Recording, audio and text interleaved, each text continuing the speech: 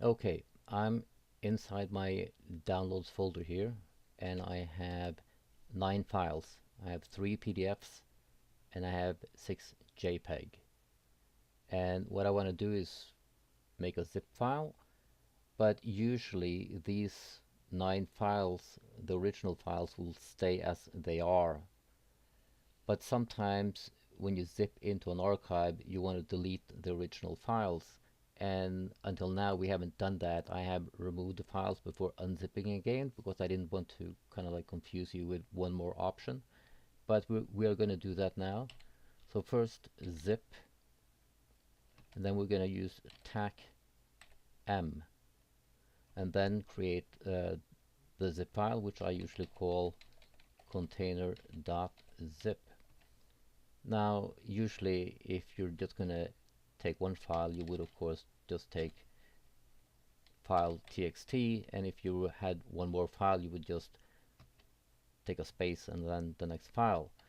Now we have more files here, so we're going to use the asterisk, which I just call star dot jpg to get all the JPEGs, and then star dot pdf. And the tag m here is what deletes all these files while I'm zipping. So now they are inside the zip file. We'll take on ls here, and you see you just have the container.zip and the original files do not exist.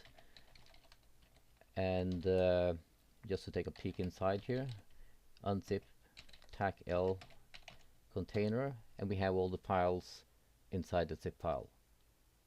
Now just remember that if you don't have the originals, the only place they are going to exist is in the zip file, and if that somehow gets corrupted, it might be a pain to get the files out again, just so you know. But once in a while we just want to do this.